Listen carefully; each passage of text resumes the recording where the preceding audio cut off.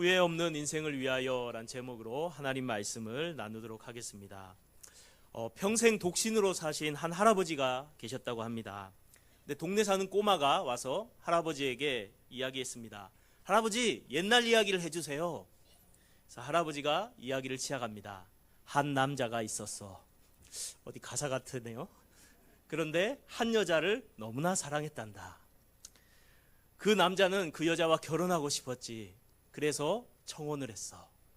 그때 그 여자가 이렇게 말했어. 말 2마리는 필요 없고 소 5마리만 가지고 오시면 결혼하겠습니다. 그래서 결국 결혼을 못했지 하면서 한숨을 후 쉬는 거예요.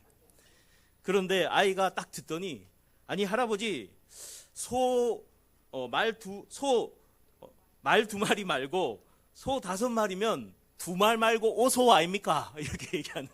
2말 말고 오소, 경상도 사투리죠. 그냥 장가 오십시오, 이 이야기 아닙니까? 그 말을 듣자마자 할아버지가 갑자기 눈물을 쭉 흘리더니 땅을 치면서 대소통곡을 하는 거예요.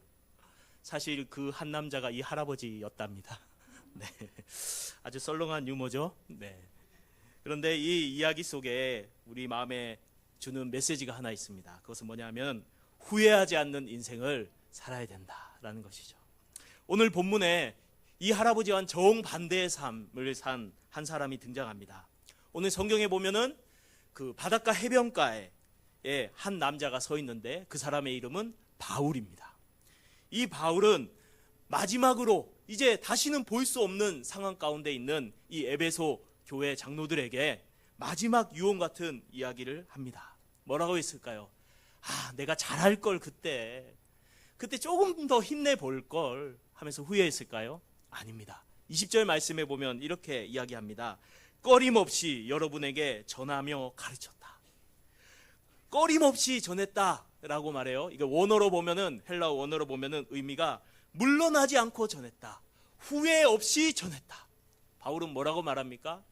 나는 껄껄하지 않고, 나는 후회 없이 너희들에게 복음을 전하고 후회 없이 살아갔다라고 당당하게 그 마지막 앞에서 외치고 있는 바울의 모습을 보게 됩니다.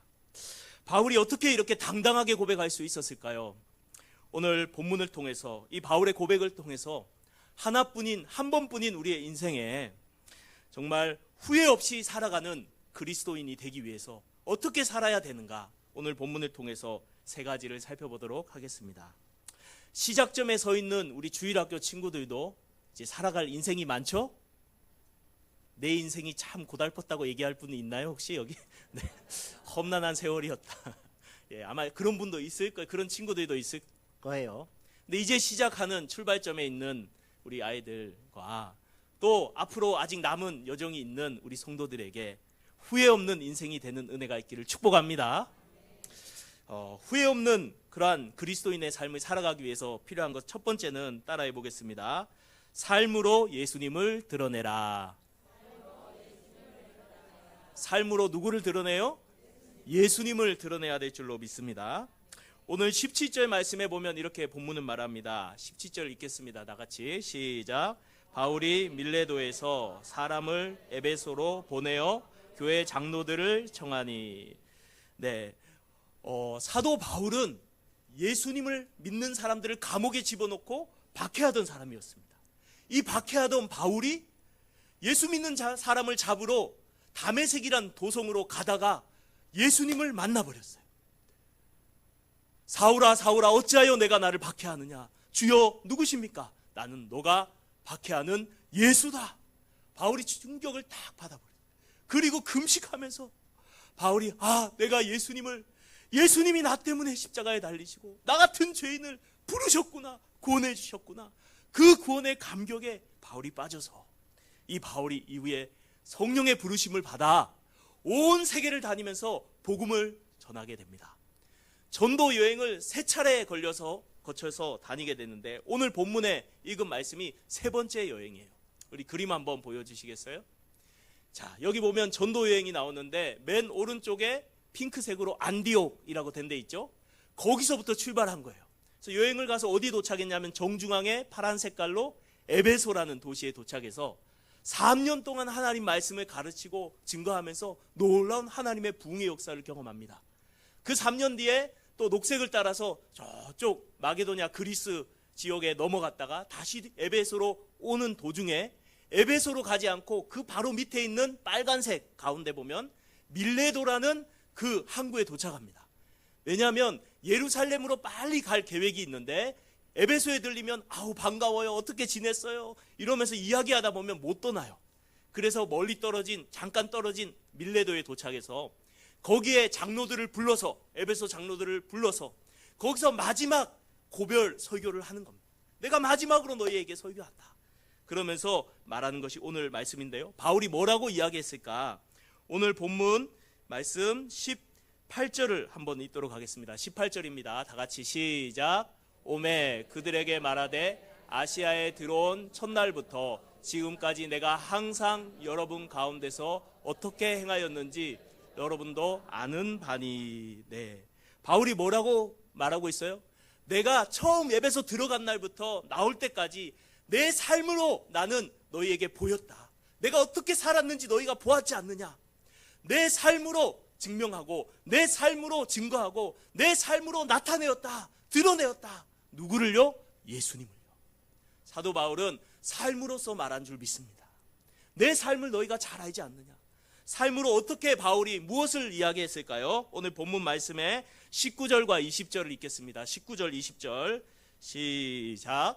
곧 모든 겸손과 눈물이며 유대인의 관계로 말미암아 당한 시험을 참고 주를 섬긴 것과 유익한 것은 무엇이든지 공중 앞에서나 각 집에서나 거리낌 없이 여러분에게 전하여 가르치고 21절까지 유대인과 헬라인들에게 하나님께 대한 회개와 우리 주 예수 그리스도에게 대한 믿음을 증언한 것이라. 아멘. 바울이 말합니다. 내가 삶으로 보였다. 예수님을 어떻게 보였어요? 오늘 보니까 모든 겸손. 바울은 주님을 만나고 알게 됐어요. 그분은 하나님이신데 겸손히 사람이 되어 낮아지시고 십자가의 죄수가 되기까지 낮아지신 그 예수님의 은혜가 그 마음에 압도했기 때문에 바울은 에베소에 갔을 때 주님의 낮아지심처럼 자신도 낮아져서 겸손히 살아감으로 주님을 보인 줄 믿습니다. 뿐만 아니라 눈물이라고 했어요. 주님이 나 같은 죄인의 괴수, 예수님을 믿는 자를 받게 했던 이 죄인을 위해서 예수님이 십자가에 달려 돌아가신 그 사랑에 사로잡혔기 때문에 사도 바울은 눈물로써 하나님 말씀을 전할 수밖에 없었고 눈물로써 성도들을 위해서 기도할 수밖에 없었는 줄 믿습니다. 이 눈물이 담긴 사랑으로 예수님을 바울은 보여주었습니다.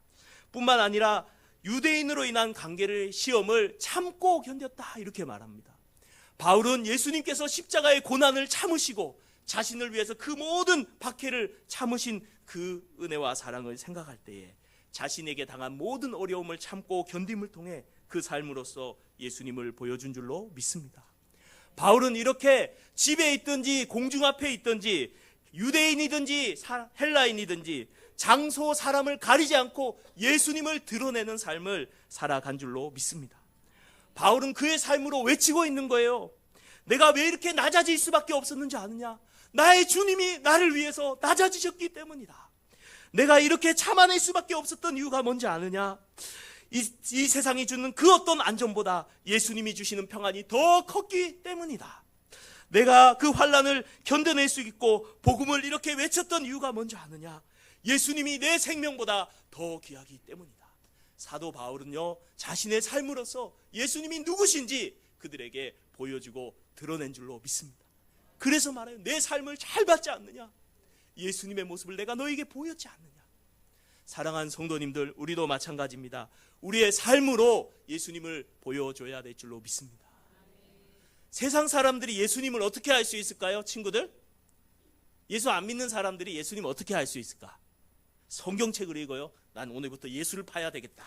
마태복음부터 계시록까지 한번 파보자. 이러면서 예수님을 성경을 파서 아는 분도 간혹 있어요. 근데 대부분 예수님은 어떻게 할까요? 예수 믿는 사람을 보고 알아요. 우리가 예수님을 보여주고 있는 거예요.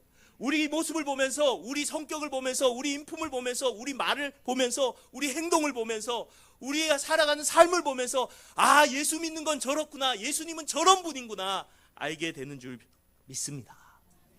그러므로 사랑하는 성도님들, 우리 삶을 주님 앞에서 잘 살아가야 될 줄 믿습니다.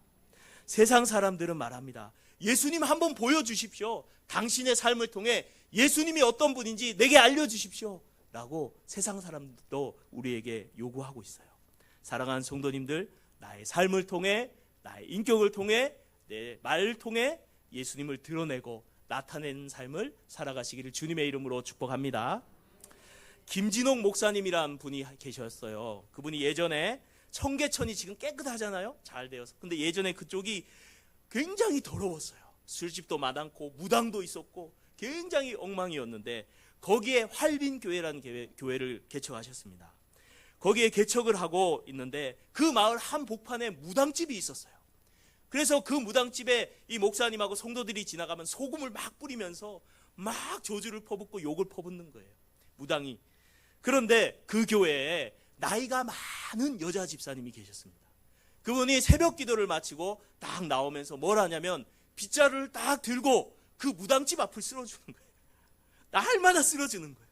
무당이 부정 탄다고 막 뭐라 하고 저주를 퍼붓고 침을 뱉고 소금을 뿌리고 해도 변함없이 날마다 가서 무당집 앞을 쓸어주는 거예요. 장마철이 되면 비가 많이 와서 옛날에 하수구가 막히면 물이 막 역류하잖아요. 물이 역류하면 제일 먼저 무당집에 가서 맨손으로 그 할머니 집사님이 그 하수구를 다 파내는 거예요. 그리고 겨울에 눈이 오면은 옛날에 굉장히 미끄러웠어요. 눈이 녹으면서 얼음이 되면서 미끄러운데 미끌미끌해지면은 그 무당집에 가가지고 연탄을 깨서 막 풀어서 무당 미끄러지지 말라고 그렇게 깔아주는 거예요. 아, 대단한 것 같아요. 그렇게 3년 동안 했어요. 3년 동안. 무당이 욕을 하고 막 계속했지만 변함없이 온화한 표정을 지으면서 아무 말도 안 하고 섬기는 그 예수님이 3년간 무당이 찾아왔어요. 그러던 3년이 되던 어느 날 무당이 갑자기 교회 문을 딱 열고 들어오는 거예요. 그러면서 그 김진옥 목사님을 찾는 거예요. 목사님, 할 말이 있습니다. 예, 말씀하십시오. 무슨 얘기? 제가 3년 동안 이 교회 다니는 그 할머니 집사님을 봤는데 우리 집 마당을 변함없이 치우고 날랭이가 아무리 욕하고 침 뱉고 막 소금 뿌려도 따뜻하게 쳐다보면서 미소를 짓고, 아니 이렇게 인품이, 아니 이렇게 사랑이 있을 수가 있습니까? 내가 맞는 내 안에 있는, 나도 무당이라 신을 아는데 내 안에 있는 신은 가짜고 그 할머니한테 있는 신이 진짜인 것 같습니다. 그 할머니 안에 있는 예수님을 나도 믿고 싶어서 왔습니다. 그러고 예수님을 믿고 막 무당하는 뭐 이거 다 불태워버리고 그 교회에 신실한 성도님이 됐다고 합니다. 여러분, 무당도, 우리 집 앞에도 무당이 있는데요, 제가 마당은 못 쓰고 지나가면서 기도를 합니다. 처음에는 무당이 있어가지고 기분 나빠했는데 나 처음 이제는 불쌍한 마음으로, 주님 저 영혼을 불쌍히 여겨주십시오. 예수 믿게 해주십시오. 얼마나 불쌍합니까? 근데 마당 쓰는 정도까지는 아직 제가 안 됐어요. 기도만 하고. 네, 뭐 떡이라도 한번 갖다 줘야 되겠어요. 자, 어쨌든 우리가 예수님의 사랑을 어떻게 알아요? 우리의 친절한 말 한마디로. 어떻게 알아요? 우리의 사랑의 손길로. 내 시간과 내 물질을 손해보면서 다른 이들의 유익을 구하는 모습 속에서, 아, 예수님이 이런 분이구나 알게 될 줄로 믿습니다. 예수 믿는 사람은 이기적이어야 될까요? 안 이기적이어야 될까요? 안 이기적이어야, 베풀어야 될 줄로 믿습니다. 옆에 친구가 내한테 지우개 좀 빌려줘. 한번 빌려줄 수 있어요? 네. 근데 내가 정말 미워하는 친구가 연필을 안 들고 왔어. 연필 좀 빌려줘. 빌려줄 수 있어요? 약간 고개가, 그렇죠. 그렇지만 우리 안에 예수님의 사랑이 충만해지면 우리 힘으로 안 돼요. 근데 예수님이 날 얼마나 사랑하셨나 바울이 깨달은 것처럼 우리 마음속에, 예수님, 하나님이 크신 그분이 우리를 위해서 이 낮은 곳에 오시고 십자가를 지시고 날 위해 죽으셨구나. 예수님이 나 같은 죄인을 위해 죽어주시고 날 너무도 지금도 사랑하고 계시구나. 그 사랑이 내 안에 충만해지면, 예수로 충만해지면, 그 사랑을 깨닫게 되면 우리도 그 예수님의 사랑이 나갈 줄로 믿습니다. 여러분, 우리가 예수님의 사랑을 드러내고 나타내시기를 주님의 이름으로 축복합니다. 우리의 따뜻한 말 한마디, 우리의 작은 손길, 우리의 사랑의 모습들을 통해서 예수님을 드러내고 나타내는 삶을 평생 살다가 주님 딱 만나면 얼마나 주님이 기뻐하시겠어요. 우리가 예수 믿으면서도 마귀처럼 눈 탁 이렇게 하고 살면 돼요? 예수 믿는데 입이 막 험해, 막 욕 나가고 이러면 될까요? 예수 믿는데 이기적이야, 내 거밖에 몰라, 손해 안 볼라 그래, 그러면 될까요?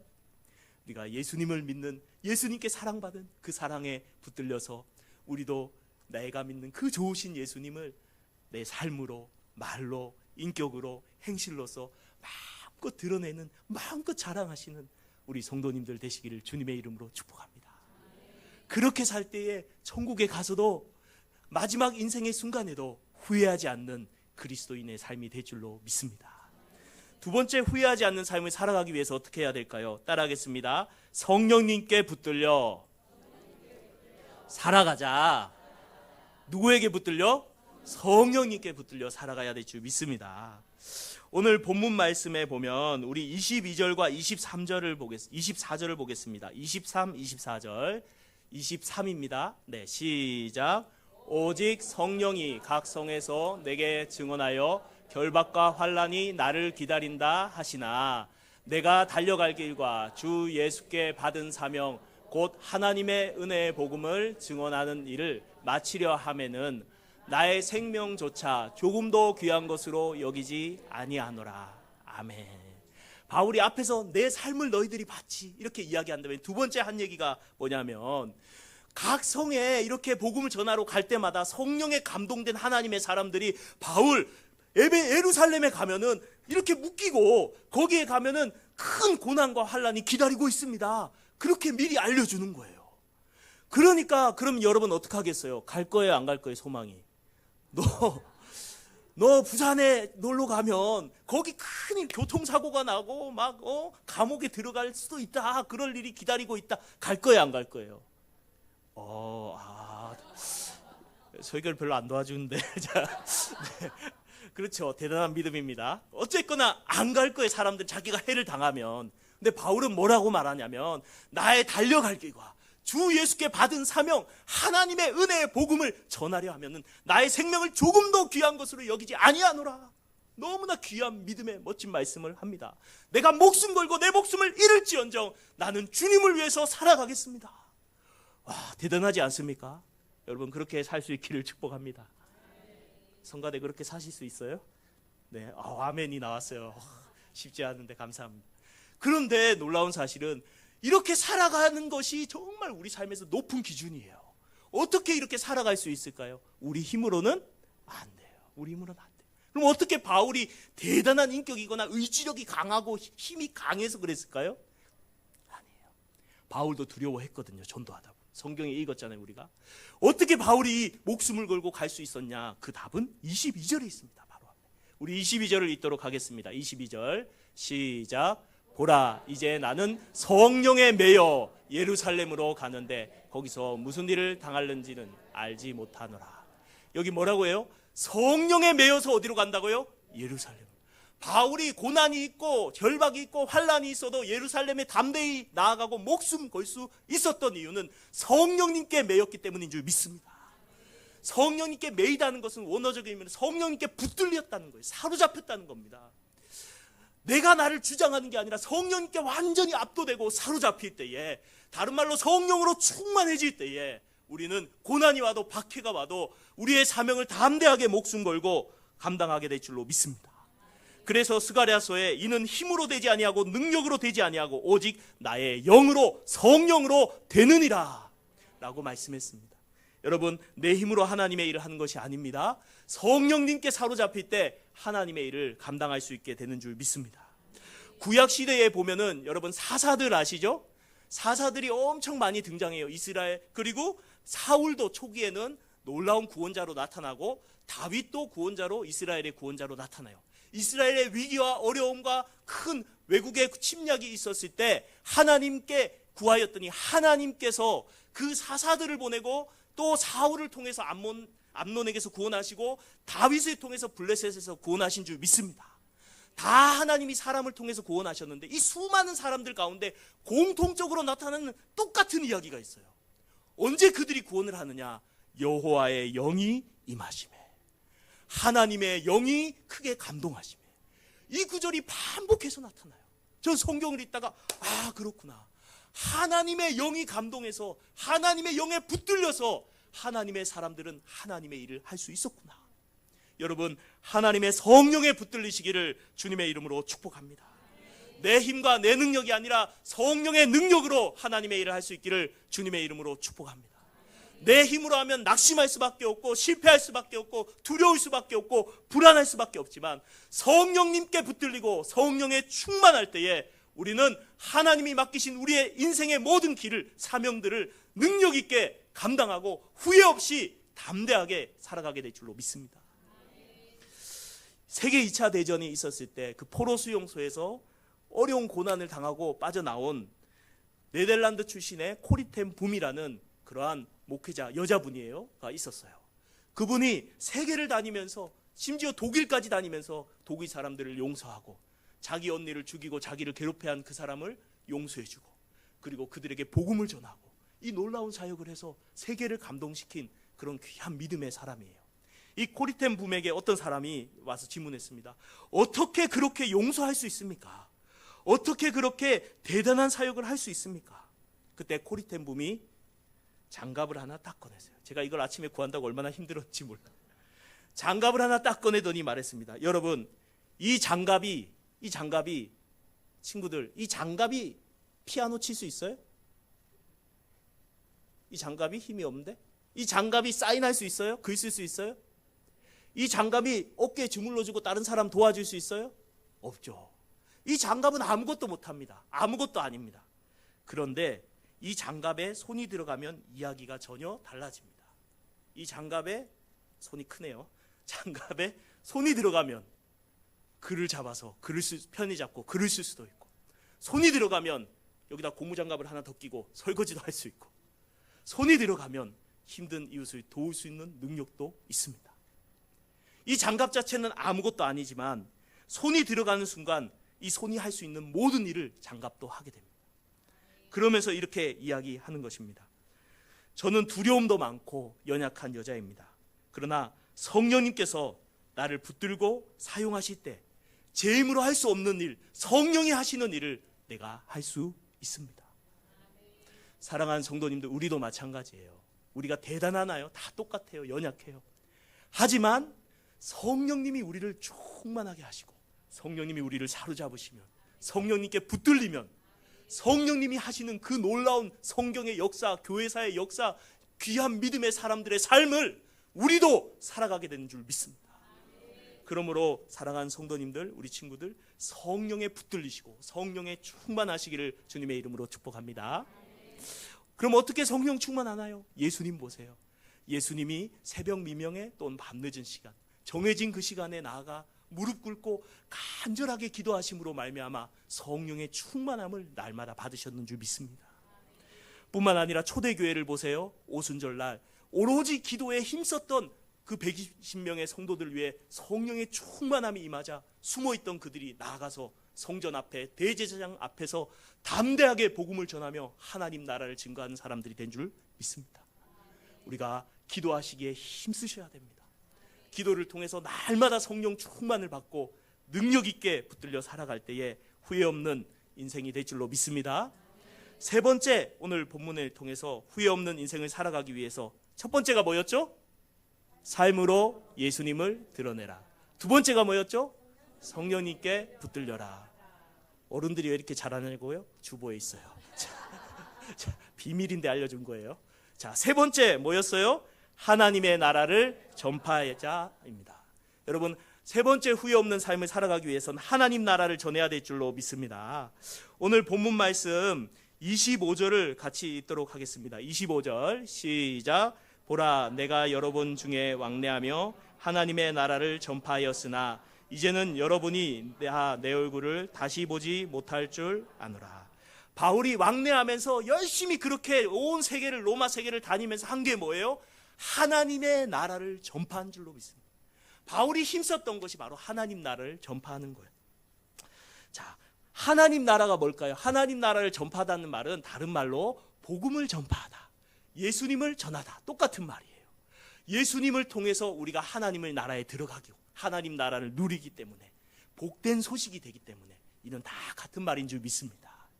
자, 그리고 또 한 가지 말씀 보겠습니다. 26절과 27절입니다. 26, 27절 시작.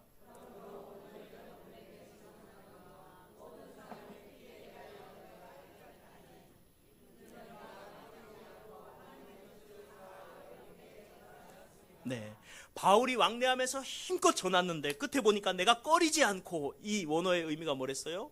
물러서지 않고 후회하지 않고 후회 없이 내가 마음껏 복음을 전했다라고 이야기하고 있습니다. 사랑하는 성도님들, 우리가 이 땅을 살아가면서 후회 없이 해야 될 일 마지막은 무엇입니까? 바로 하나님의 나라 복음을 전하는 것인 줄 믿습니다. 복음을 마음껏 전했다, 나는 하나님 앞에서 내 의무를 다했다, 당당하게 말할 수 있는 성도님들이 되시기를 바랍니다. 바울이 이렇게 후회 없을 정도로 힘껏 복음을 전한 이유가 뭘까요? 로마서 1장 16절에 보면 내가 복음을 부끄러워하지 아니하노니 이 복음은 모든 믿는 자에게 구원을 주시는 하나님의 능력이 됨이라. 내가 복음을 부끄러워하지 않는다. 왜? 이 복음은 죽은 자를 살리는, 영적으로 죽은 자들을, 사단의 권세의 매인 자들을, 사망의 매인 자들을 살리며 생명을 주는 능력이 이 복음에 있기에 나는 부끄러워하지 아니하고 이 복음을 자랑하면서 당당하게 전했다, 목숨 걸고 후회 없이 전했다라고 말하는 줄 믿습니다. 사랑하는 성도님들, 우리가 정말 복음이 귀한 줄로 믿습니다. C.S. 루이스라는 나니아 연대기를 쓴 그 변증가예요. 그분은 이런 이야기를 했습니다. 진짜 좋은 것을 발견한 사람은 그것을 혼자만 간직할 수 없다. 나누지 않은 기쁨은 진짜 기쁨이 아니다. 진짜 좋은 걸 발견하면은 자랑해요, 안 해요? 친구들, 휴대폰 애플로 바꿨어요. 엄청 최신형으로 주황색 막 이 카메라 3개 달린 거 있잖아. 바꿔줬어. 자랑할 것 같아, 안 할 것 같아? 하는 친구들과 좋은 게 있으면 자랑을 해요. 어떤 일이 있었냐면, 우리 청년회 수련회를 가야 되는데 원주 쪽으로 가는데 어디에 맛집이 있지, 어디로 가야 되지 하는데 정 목사님이 딱 이야기하시는 거예요. 정윤채 목사님이. 박 목사님, 제가 우리 원주의 고향이잖아요. 원주에 거기 중국집을 한 군데 갔는데 진짜 먹을만해요. 맛있어요. 그렇게 이야기를 했어요. 그래, 정말 맛있을까?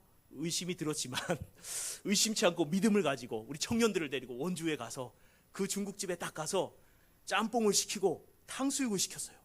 그런데 글쎄, 고단한 짬뽕에 해물이 가득한데 중요한 거는 문어가 한 마리가 딱 위에 있는 거예요. 이렇게 딱 떠가지고 먹었는데 우와, 너무 맛있어. 침 넘어갔지.